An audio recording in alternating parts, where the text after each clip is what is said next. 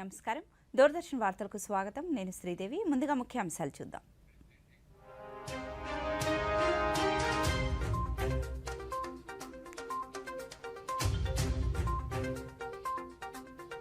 రానున్న 5 ఏళ్లలో 3 కోట్ల మంది మహిళలను లక్షాధికారులను చేస్తాం మీరట్ ఎన్నికల ప్రచార ర్యాలీలో ప్రధాని నరేంద్ర మోదీ వెల్లడి పింఛన్ల పంపిణీపై స్పష్టతనిచ్చిన ఆంధ్రప్రదేశ్ ప్రభుత్వం గ్రామ వార్డు సచివాలయాల్లో సిబ్బందితో అందించాలని ఉత్తర్వులు ఎన్డీఏ కూటమితోనే భావితరాలకు బంగారు భవిష్యత్ రానున్న ఎన్నికల్లో అధికార పార్టీకి పరాజయం ఖాయం ప్రజాగళం ప్రచార సభల్లో టీడీపీ అధినేత చంద్రబాబు నాయుడు వ్యాఖ్య సీఎం జగన్ పాలనలో ఒక్కొక్కరిపై 2 లక్షల రుణభారం 5 ఏళ్ల పాలనలో రాష్ట్రం అధోగతి పాలైందన్న AP BJP chief Daggubati Purandeswari Lal Krishna అద్వానీకి భారతరత్న ప్రదానం చేసిన రాష్ట్రపతి ద్రౌపది ముర్ము ఉపరాష్ట్రపతి ప్రధానమంత్రి సమక్షంలో స్వగృహంలో పురస్కారం అందుకున్న పూర్వ ఉప ప్రధాని గత 10 ఏళ్లలో ట్రైలర్ మాత్రమే చూశారని అసలు అభివృద్ధి ముందుందని ప్రధాని నరేంద్ర మోదీ అన్నారు రానున్న 5 ఏళ్లలో దేశాన్ని మరింత ప్రగతి పథంలో నడిపించేందుకు బీజేపీ రోడ్ మ్యాప్ సిద్ధం చేసిందన్నారు సార్వత్రిక ఎన్నికల ప్రచారంలో భాగంగా ఉత్తరప్రదేశ్లోని మీరట్లో ప్రధాని పర్యటించారు ముచ్చటగా మూడోసారి భాజపా అధికారంలోకి రావడం ఖాయమని ధీమా వ్యక్తం చేశారు మీరట్ విప్లవాల గడ్డ అని విప్లవకారులకు పుట్టినిల్లని అన్నారు చౌదరి చరణ్ సింగ్ లాంటి ఎందరో నాయకులను దేశానికి అందించిన నేల మీరట్ అని కొనియాడారు 2024 లోక్సభ ఎన్నికలు ప్రభుత్వ ఏర్పాటు కోసం జరుగుతున్నవి కాదని వికసిత భారత్ నిర్మాణం కోసం జరుగుతున్నవని మోదీ అన్నారు భారత్ 3వ అతిపెద్ద ఆర్థిక వ్యవస్థగా అవతరించినప్పుడే పేదరిక నిర్మూలన సాధ్యపడుతుందని మధ్యతరగతి ప్రజలకు బలం చేకూరుతుందని చెప్పారు అవినీతికి వ్యతిరేకంగా చర్యలు తీసుకుంటున్నందుకు ప్రభుత్వంపై కొందరు గుర్రుగా ఉన్నారని వ్యాఖ్యానించారు రైతులను చిన్నచూపు చూసే ఇండియా కూటమి పార్టీలు చౌదరి చరణ్ సింగ్ లాంటి నేతలకు తగిన గుర్తింపు ఇవ్వలేదని విమర్శించారు भ्रष्टाचार हटाओ वो कहते हैं भ्रष्टाचारी बचाओ ये चुनाव इन 2 खेमों की लड़ाई है एक खेमा एनडीए का जो भ्रष्टाचार हटाने के लिए मैदान में है दूसरा वो खेमा जो भ्रष्टाचारियों को बचाने के लिए मैदान में फैसला आपको करना है हम आने वाले 5 साल का रोड मैप बना रहे हैं नई सरकार बनने के बाद पहले 100 दिनों में हमें कौन कौन से बड़े फैसले लेने हैं इस पर तेजी से काम चल रहा है पिछले 10 वर्षों में विकास का जो मोमेंटम बना वो अब और तेजी से आगे बढ़ेगा इन 10 वर्षों में तो आपने विकास का ट्रेलर ही देखा है अभी तो हमें देश को बहुत आगे लेकर जाना है अयोध्या में राम लला का भव्य मंदिर बनेगा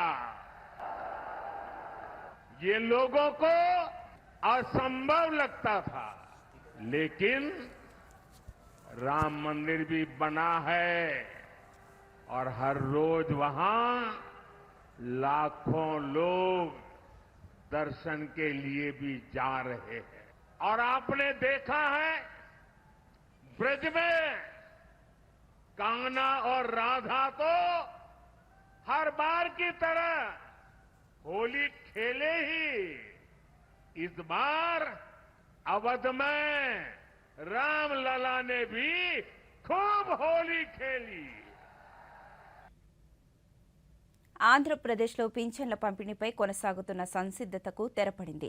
ఎన్నికల కోడ్ ముగిసే వరకు ఇంటింటికి పింఛన్ల పంపిణీ ఉండదని గ్రామీణ పేదరిక నిర్మూలన సంస్థ సెర్ప్ ఉత్తర్వులు జారీ చేసింది.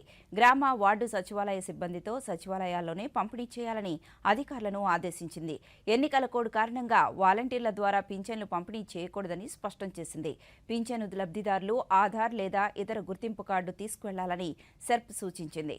పింఛన్లు సహా అన్ని నగదు పంపిణీ పథకాలకు వాలంటీర్లను దూరంగా ఉంచాలని కేంద్ర ఎన్నికల సంఘం ఆదేశించిన విషయం తెలిసిందే. కేంద్ర హోంశాఖ మంత్రి అమిత్ షా ఈరోజు రాజస్థాన్ పర్యటనలో ఉన్నారు. ఇందులో భాగంగా శిఖర్లో రోడ్ షో నిర్వహించారు. ఈ మేరకు ప్రజలు రహదారికి ఇరువైపులా ఆయనకు ఘనస్వాగతం పలికారు. హోంమంత్రి అమిత్ షాపై పూలవర్షం కురిపించారు. ఈ సందర్భంగా మోదీ మోదీ అంటూ ప్రజలు చేసిన నినాదాలు మిన్నంటాయి.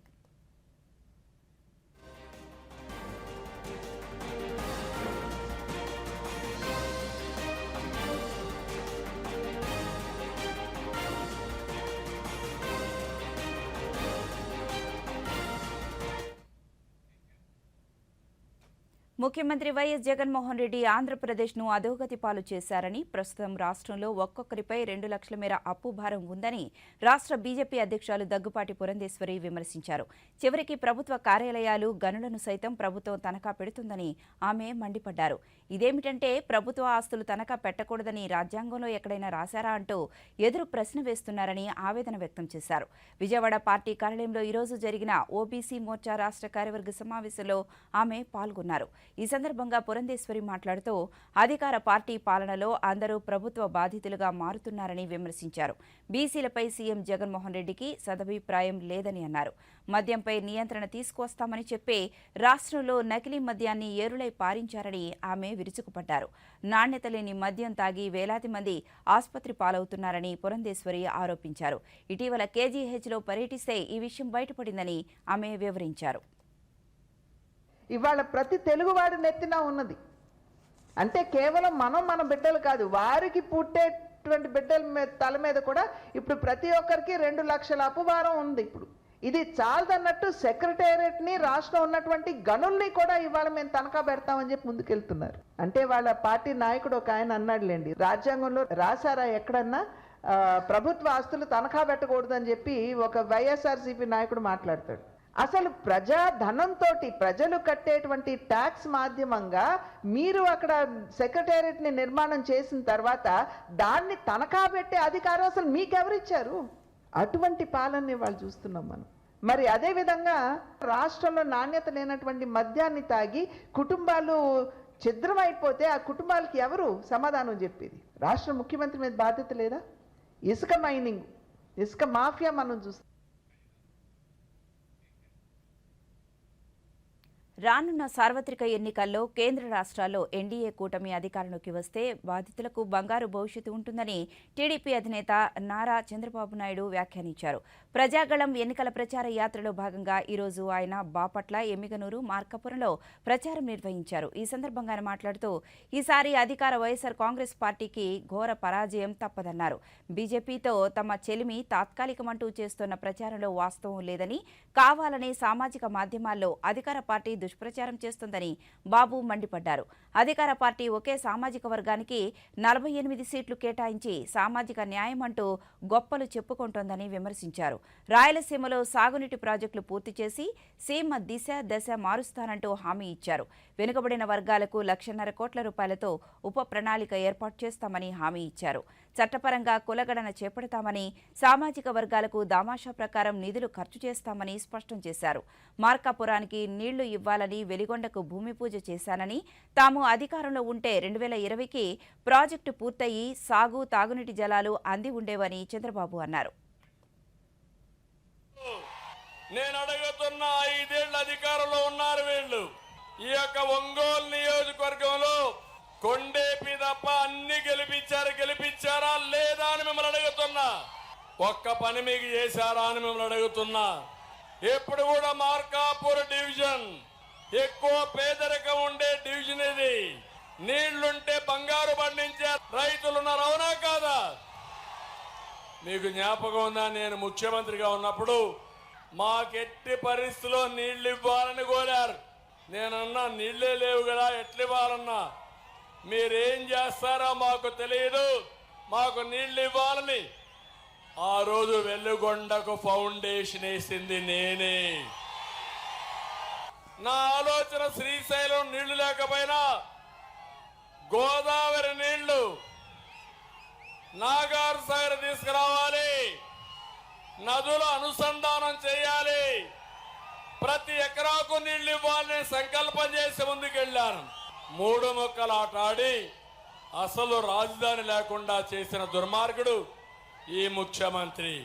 దుర్మార్గుడు వచ్చి ఏజెన్సీ మార్చి పోలవరాన్ని గోదావరిలో కలిపేశాడు. అన్ని కష్టాలే. పోలవరం పూర్తి చేస్తాం, వెలుగొండ పూర్తి చేస్తాం, ఈ పశ్చిమ తాలూకాల్ని ప్రతి ఎకరాకు నీళ్ళిచ్చి శాశ్వతంగా మీ సమస్యల పరిష్కారం చేసే బాధ్యత నాదని మరొకసారి మీ అందరికీ హామీ ఇస్తున్నా. కడపలో విజయవాడలో విభజన అయిన తర్వాత 2 ఆది హౌస్లు కట్టాం, రంజాన్ తోఫా ఇచ్చాం, దుల్హాన్ ఇచ్చాం, ఇమాములకి మౌజుములకి ఆండ్రోరియం ఇచ్చాం. మీకు 3 లక్షల రూపాయలు ఆర్థిక సహాయం చేసి 1 లక్ష రూపాయలు సబ్సిడీ ఇచ్చిన పార్టీ తెలుగుదేశం పార్టీ. ఇప్పుడు అడుగుతున్న జగన్మోహన్ రెడ్డి, 5 ఏళ్లలో మా మైనారిటీ సోదరులకు ఒక్క పని చేశావా నువ్వు? మార్కాపూర్లో నేను సవాలు విసురుతున్నా, సమాధానం చెప్పు. 10వ తరగతి పరీక్షా పత్రాల మూల్యాంకనం రేపటి నుంచి ప్రారంభం కానుంది. ఈ మేరకు అన్ని ఏర్పాట్లు పూర్తి చేసినట్లు ప్రభుత్వ పరీక్షల విభాగం తెలిపింది. 2023-24 విద్యా సంవత్సరానికి 7,25,000 మంది పరీక్షకు హాజరు కాక మొత్తం 50 లక్షల జవాబు పత్రాల మూల్యాంకనానికి చర్యలు చేపట్టారు. ఇందుకోసం 25,000 మంది సిబ్బందికి విధుల కేటాయింపు జరిగినట్లు పరీక్షల విభాగం పేర్కొంది. ఈ మూల్యాంకన ప్రక్రియ ఏప్రిల్ 8వ తేదీ నాటికి పూర్తవుతుందని సంబంధిత అధికారులు తెలిపారు. మూల్యాంకనం జరిగే కేంద్రాల్లో సౌకర్యాల ఏర్పాట్లతో పాటు పునఃమూల్యాంకన పునఃపరిశీలన కోసం ₹1,000 ఫీజుతో ఆన్లైన్ విధానాన్ని అందుబాటులోకి తీసుకొచ్చామని సంబంధిత అధికారులు వివరించారు. రాష్ట్రంలో పేద ప్రజల పింఛన్లను టీడీపీ నిలిపివేసిందంటూ ప్రభుత్వం చేస్తున్న ఆరోపణలు అవాస్తవాలని ఆ పార్టీ రాష్ట్ర అధ్యక్షులు కె అచ్చెన్నాయుడు కొట్టిపారేశారు. మంగళగిరి పార్టీ కార్యాలయంలో ఆయన మీడియాతో మాట్లాడుతూ వాలంటీర్ల సేవలకు తాత్కాలికంగా నిలిపివేసిన ఎన్నికల కమిషన్ ఆదేశాల వెనుక టీడీపీ హస్తం ఉందంటూ వైఎస్సార్ కాంగ్రెస్ పార్టీ తప్పుడు ప్రచారం చేస్తోందన్నారు. రాష్ట్ర ప్రజలు వాస్తవాలను గ్రహించాలని కోరారు. ప్రతి నెల పింఛన్ల సొమ్మును 2 రోజుల ముందే రాష్ట్ర ఖజానాలో ఉంచే ప్రభుత్వం ఈసారి పథకం ప్రకారం పక్కదారి మళ్లించిందని అచ్చెన్నాయుడు ఆరోపించారు. బాధ్యత ప్రభుత్వంపై ఉంది, ఇచ్చేవాళ్ళు. ఇప్పుడు ఎన్నికల కోడ్ వచ్చింది. ఎన్నికల కోడ్లో ఎన్నికల నిబంధనల ప్రకారం ఎవరైతే ప్రభుత్వ జీతం తీసుకొని వాలంటీర్లుగా పనిచేస్తున్నారో వాళ్ళు వైసీపీ కార్యకర్తలుగా పనిచేస్తున్నారని చెప్పి ఎలక్షన్ కమిషన్ దృష్టిలో పెట్టుకొని వారికి సంక్షేమ పథకాలు అందించకుండా డైరెక్ట్గా ఆఫీసర్ల ద్వారా గతంలో ఎలాగైతే 1వ తారీఖున పెన్షన్ లబ్ధిదారులకు అందిందో ఆ విధంగా అందించమని చెప్పి ఎలక్షన్ కమిషన్ ఆదేశాలు ఇచ్చిన విషయాన్ని కూడా ఈ సందర్భంగా ప్రజలకి గుర్తు చేస్తున్నాను. రేపు తెలుగుదేశం పార్టీ వల్లే ఈ కార్యక్రమాలన్నీ ఆగిపోయాయని చెప్పి ప్రజలకి తప్పుడు సమాచారం ఇవ్వాలని చెప్పి జగన్మోహన్ రెడ్డి వారి బృందమంతా ప్రయత్నం చేస్తున్నారు. మాజీ మంత్రి తెలుగుదేశం నాయకులు నారా లోకేష్ కు కేంద్ర హోంమంత్రిత్వ శాఖ జెడ్ కేటగిరీ భద్రత కల్పించింది. 2016 అక్టోబర్ నాటి ఆంధ్ర ఒరిస్సా సరిహద్దు ఎన్కౌంటర్ అనంతరం లోకేష్ కి జెడ్ కేటగిరీ భద్రత కల్పించాలని నాటి సెక్యూరిటీ రివ్యూ కమిటీ సిఫార్సు చేసింది. అయితే 2019లో రాష్ట్ర ప్రభుత్వం లోకేష్ భద్రత తగ్గించింది. ఈ విషయమై పలుమార్లు రాష్ట్ర హోంశాఖ, రాష్ట్ర కేంద్ర ప్రభుత్వాలకు గవర్నర్కు లోకేష్ భద్రతా సిబ్బంది లేఖలు రాశారు. గతంలో మావోయిస్టు హెచ్చరికలు, భద్రతా పరంగా ఉన్న నిఘా వర్గాల సమాచారం మేరకు సిఆర్పీఎఫ్, వీఐపీ వింగ్ బలగాలతో అత్యున్నత భద్రతను కేంద్ర హోంమంత్రిత్వ శాఖ కల్పించింది.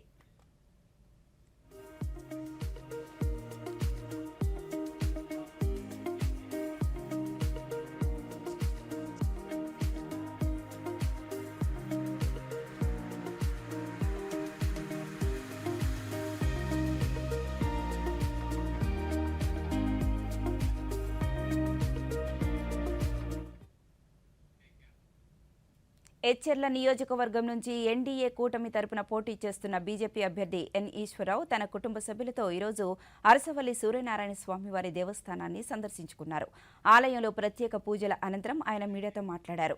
ఎన్డీఏ కూటమి అభ్యర్థిగా పోటీ చేసేందుకు తనకు అవకాశం ఇచ్చిన ప్రధాని నరేంద్ర మోదీకి, ఇతర నాయకులకు కృతజ్ఞతలు తెలిపారు. బీజేపీ, టీడీపీ, జనసేన పార్టీల నాయకులు, కార్యకర్తల సహకారంతో రానున్న ఎన్నికల్లో విజయం సాధించి తీరుతామని విశ్వాసం వ్యక్తం చేశారు. ఎచ్చెర్ల నియోజకవర్గ ప్రజలు ప్రధాని నరేంద్ర మోదీ పాలనపై పూర్తి విశ్వాసంతో ఉన్నారని ఈశ్వరరావు వ్యాఖ్యానించారు.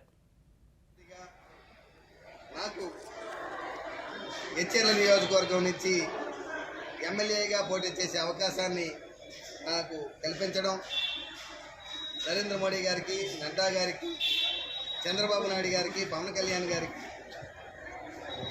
పురంధేశ్వర గారికి నా హృదయపూర్వక కృతజ్ఞతలు తెలియజేస్తున్నాను. గత 15 సంవత్సరాలుగా ఎచ్చెర్ల నియోజకవర్గంలో నేను చేసినటువంటి సేవలు, రాజకీయాలకు అతీతంగా నేను చేసినటువంటి సేవలకి,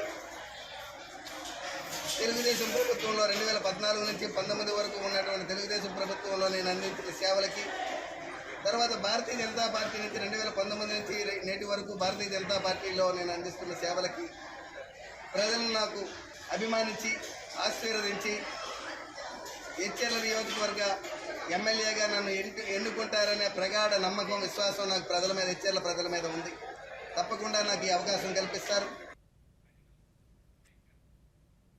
ఎన్నికల నియమావళి ఉల్లంఘనకు సంబంధించి ఫిర్యాదుల స్వీకరణకు అందుబాటులోకి తీసుకొచ్చిన సి విజిల్ యాప్కు ప్రజల నుంచి విశేష స్పందన లభిస్తోందని శ్రీకాకుళం జిల్లా పంచాయతీ అధికారి ఎం వెంకటేశ్వరరావు అన్నారు. సి విజిల్ యాప్ ద్వారా సరైన ఆధారాలతో ఫిర్యాదు చేసిన 5 నిమిషాల్లోనే యంత్రాంగం స్పందిస్తుందన్నారు. ఎన్నికల్లో అక్రమ నగదు తరలింపు, ప్రలోభాలకు గురిచేసే వ్యక్తులపై చట్టపరమైన చర్యలు ఉంటాయన్నారు. జిల్లాలో ప్రశాంత వాతావరణంలో ఎన్నికలు నిర్వహించడానికి అన్ని రకాల ఏర్పాట్లు చేస్తున్నామని పంచాయతీ అధికారి వెంకటేశ్వరరావు వివరించారు. సి విజిల్ యాప్లో వచ్చే ఫిర్యాదులపై పార్టీలకు అతీతంగా చర్యలు చేపడతామన్నారు.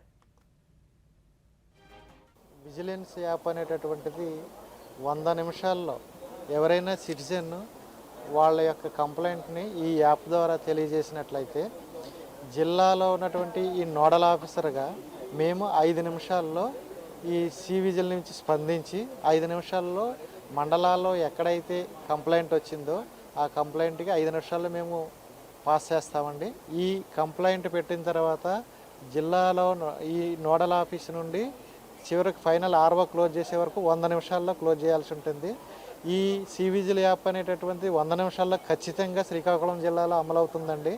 అమలవుతుంది కాబట్టి ఇప్పటి వరకు మేము వచ్చిన కంప్లైంట్లన్నీ సుమారుగా 170 కంప్లైంట్ల వరకు వచ్చాయి.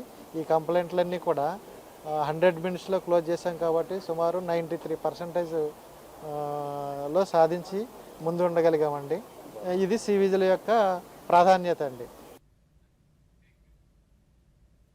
పశ్చిమ గోదావరి జిల్లా పాలకొల్లు పట్టణం 8వ వార్డులో వైఎస్సార్ కాంగ్రెస్ పార్టీ నాయకులు ఎన్నికల ప్రచారంలో భాగంగా ఇంటింటి ప్రచారం నిర్వహించారు. ఆ పార్టీ పాలకొల్లు నియోజకవర్గ ఎమ్మెల్యే అభ్యర్థి గుడాల గోపి, పార్టీ మహిళా విభాగం రాష్ట్ర సంయుక్త కార్యదర్శి కర్రా జయసరిత, కార్యకర్తలు ప్రభుత్వ పథకాలపై ప్రజలకు అవగాహన కల్పించారు. రానున్న ఎన్నికల్లో సీఎం జగన్మోహన్ రెడ్డి సారథ్యంలో ప్రభుత్వం ఏర్పడేలా ప్రజలు సహకరించాలని వారు కోరారు.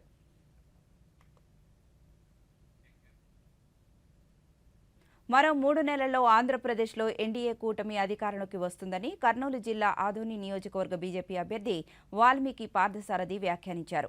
ఈరోజు మీడియా సమావేశంలో కూటమి నాయకులు మాట్లాడారు. సీఎం జగన్మోహన్ రెడ్డి 5 ఏళ్ల పాలనలో రాష్ట్రాన్ని అప్పులపాలు చేశారని తెలుగుదేశం పార్టీ జిల్లా అధ్యక్షులు బీటీ నాయుడు విమర్శించారు.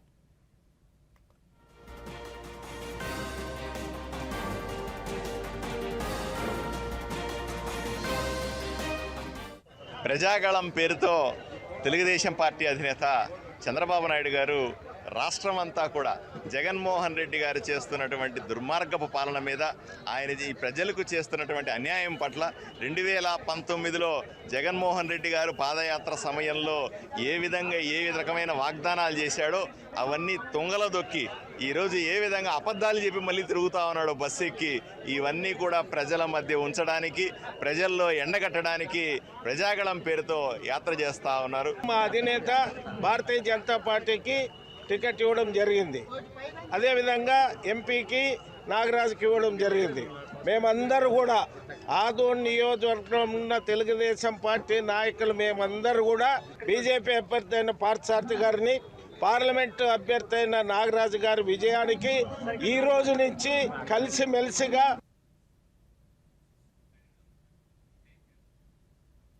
పూర్వ ఉప ప్రధానమంత్రి లాల్ కృష్ణ అద్వానీకి రాష్ట్రపతి ద్రౌపది ముర్ము ఈరోజు భారతరత్న అవార్డు ప్రదానం చేశారు. రాష్ట్రపతి ఈ ఉదయం అద్వానీ నివాసానికి వెళ్లి ఈ పురస్కారాన్ని అందించారు. ఉపరాష్ట్రపతి జగదీప్ ధన్ఖడ్, ప్రధానమంత్రి నరేంద్ర మోదీ, పూర్వ ఉపరాష్ట్రపతి ఎం వెంకయ్యనాయుడు, మరికొందరు ముఖ్యులు కూడా అద్వానీ గృహంలో జరిగిన ఈ కార్యక్రమంలో పాల్గొన్నారు. అద్వానీ ఇంటి నుండి బయటకు రావడానికి ఆరోగ్యం సహకరించకపోవడంతో ఈ కార్యక్రమాన్ని అక్కడే ఏర్పాటు చేశారు.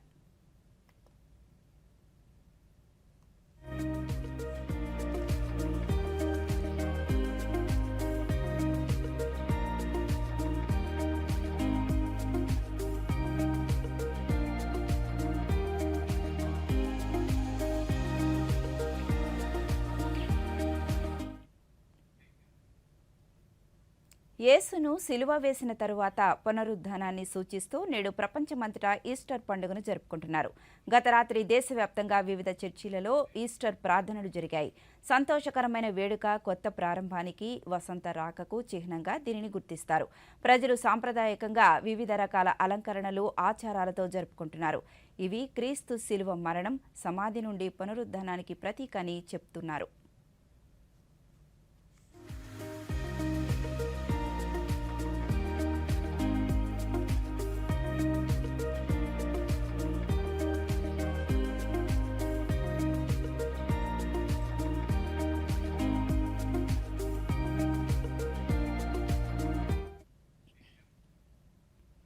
దేశంలోనూ విదేశాలలో నివసిస్తున్న పౌరులకు, ముఖ్యంగా క్రైస్తవులకు ఈస్టర్ సందర్భంగా రాష్ట్రపతి ద్రౌపది ముర్ము శుభాకాంక్షలు తెలిపారు.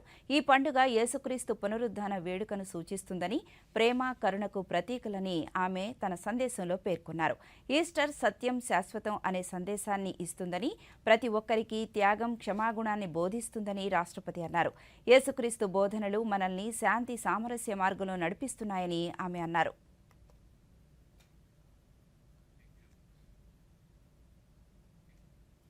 ఈస్టర్ రోజున పునరుద్ధరణ, ఆశావాదం అనే సందేశం అంతటా ప్రతిధ్వనించాలని ప్రధానమంత్రి నరేంద్ర మోదీ ఆకాంక్ష వ్యక్తం చేశారు. ఐక్యత, శాంతిని పెంపొందించుకోవడానికి ఈరోజు మనందరికీ స్ఫూర్తినిస్తుందని చెబుతూ అందరికీ సంతోషకరమైన ఈస్టర్ శుభాకాంక్షలని ఎక్స్ మాధ్యమంలో నరేంద్ర మోదీ పేర్కొన్నారు. యేసు పునరాగమనం వేళ ఈస్టర్ పర్వదినాన రాష్ట్ర వ్యాప్తంగా చర్చిల్లో ఆధ్యాత్మిక శోభ సంతరించుకుంది. ప్రత్యేక ప్రార్థనలు, ప్రత్యేక గీతాలాపనలతో చర్చిలు ఘోషించాయి. అటు విజయవాడలో ఆంధ్రప్రదేశ్ తెలుగు చర్చిల సమాఖ్య, నగరంలోని క్రైస్తవ సంస్థలు ఈస్టర్ సందర్భంగా నిన్నటి నుంచి పలు కార్యక్రమాలతో పాటు రన్ ఫర్ జీసస్ ర్యాలీని నిర్వహించాయి. 40 రోజుల ఉపవాస దీక్షలో భాగంగా నిర్మలా కాన్వెంట్ స్కూల్ సమీపంలోని సెయింట్ పాల్స్ క్యాథడ్రిల్ నుంచి ప్రారంభమైన ర్యాలీలో పెద్ద ఎత్తున ప్రజలు పాల్గొన్నారు. రాష్ట్ర వ్యాప్తంగా పట్టణాలు, నగరాల్లోని ప్రధాన చర్చిల్లో యేసుక్రీస్తు పునరుద్ధాన వేడుకలు జరపడంతో పండుగ వాతావరణం నెలకొంది. ఈ వేడుకలు ఈ నెల 30న ప్రారంభమై ఈ మధ్యాహ్నంతో ముగిశాయి.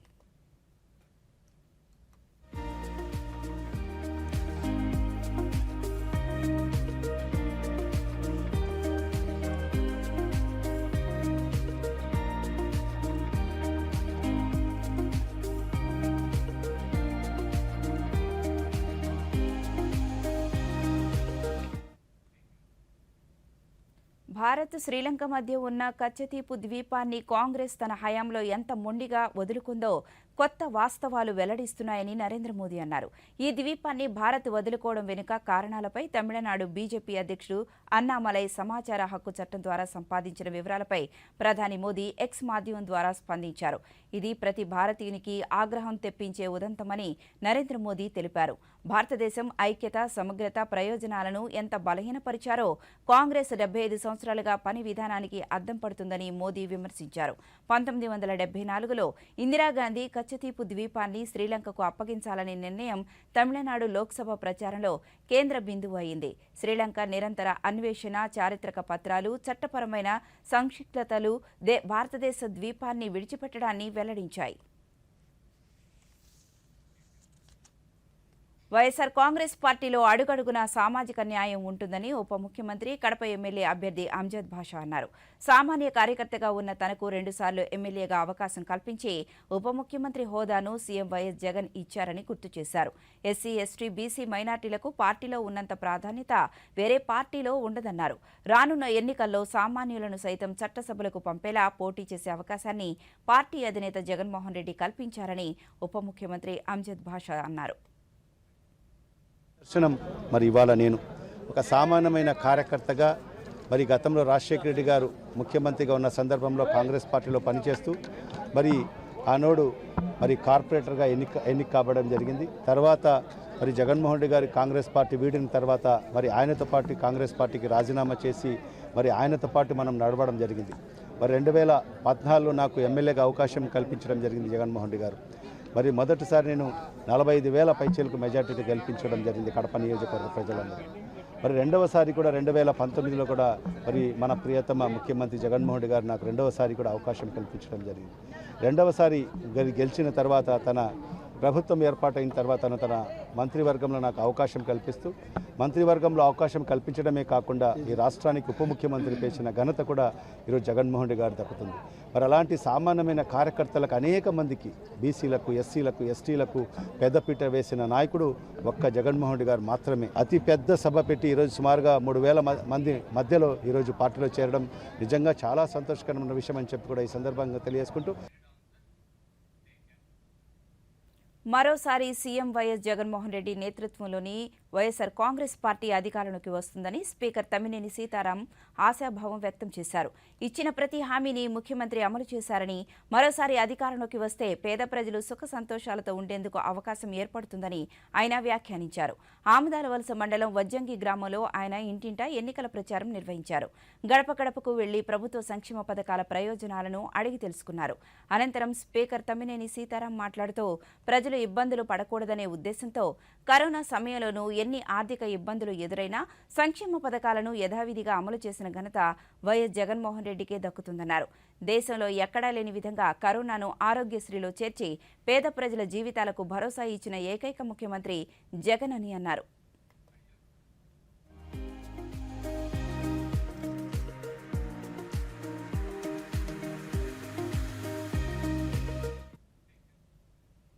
(2024) ఎన్నికల్లో ఓటు వేయడమే కాకుండా దేశ అభివృద్ధి కోసం తమ ఓటును వినియోగించుకుంటున్నామని యువ ఓటర్లు అన్నారు. యువ ఓటర్లను ప్రోత్సహించేందుకు తిరుపతి జిల్లా శ్రీకాళహస్తి రెవెన్యూ అధికారుల ఆధ్వర్యంలో పలు కళాశాలల్లో యువ ఓటర్లకు ఓటు నమోదు, ఓటు హక్కు వినియోగంపై అవగాహన కల్పిస్తున్నారు. ఈ సందర్భంగా తిరుపతి జిల్లాకు చెందిన యువ ఓటర్లు దూరదర్శన్తో మాట్లాడుతూ మా మొదటి ఓటు దేశ అభివృద్ధి కోసమేనని, ప్రజాస్వామ్యంలో ఓటు ఎంతో విలువైనది కాబట్టి తాము ఓటు హక్కును వినియోగించుకుంటున్నామన్నారు. ని డిసైడ్ చేసింది కనుక వేరే వాళ్ళు మనీ ఇచ్చారని కాబట్టి వేయకూడదు. మనము 5 years ని డిసైడ్ చేసింది పిల్లల అభివృద్ధి కొరకు, దేశం అభివృద్ధి కొరకు, ఆంధ్రప్రదేశ్ అన్నిటిలో అభివృద్ధి బాటలో నడవాలి కాబట్టి మనము మన ఓటుని న్యాయమైన దానికి వేయాలి. వేరే వాళ్ళు మనీ ఇచ్చారని మాత్రం వేయకూడదు. నాకు ఓటు హక్కు వచ్చింది, న్యాయమైన బాటలకి నేను ఓటేస్తూ నెక్స్ట్ వచ్చే 5 years ని అందరినీ హ్యాపీగా ఉంచాలని కోరుకుంటున్నాను. నాకు ఓటు హక్కు వచ్చింది. ఈ ఓటు హక్కుని ఎలాంటి ప్రలోభాలకి నేను లొంగకుండా దేశ అభివృద్ధి కోసం, రాష్ట్ర అభివృద్ధి కోసం వినియోగించుకోవాలనుకుంటున్నాను. మీరు కూడా నాలాగా మీ మొదటి హక్కుని వినియోగించుకోండి. నా మొదటి ఓటు హక్కు నిర్వహించుకోవడం వల్ల దేశానికి ఒక మంచి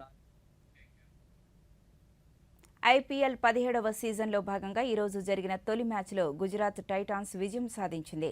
అహ్మదాబాద్లోని నరేంద్ర మోదీ స్టేడియం వేదికగా జరిగిన ఈ పోరులో టాస్ గెలిచిన సన్ రైజర్స్ సారథి ప్యాట్ కమిన్స్ బ్యాటింగ్ ఎంచుకున్నాడు. నిర్ణీత 20 ఓవర్లలో ఆ జట్టు 8 వికెట్ల నష్టానికి 162 పరుగులు సాధించింది. అనంతరం లక్ష్య ఛేదన నిమిత్తం బరిలోకి దిగిన గుజరాత్ 3 వికెట్ల నష్టానికి 19.1 ఓవర్లలో విజయం అందుకుంది.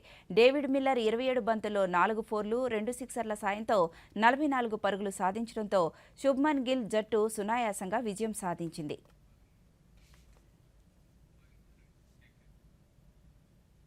ఈ వార్తలు ఇంతటితో సమాప్తం. నమస్కారం.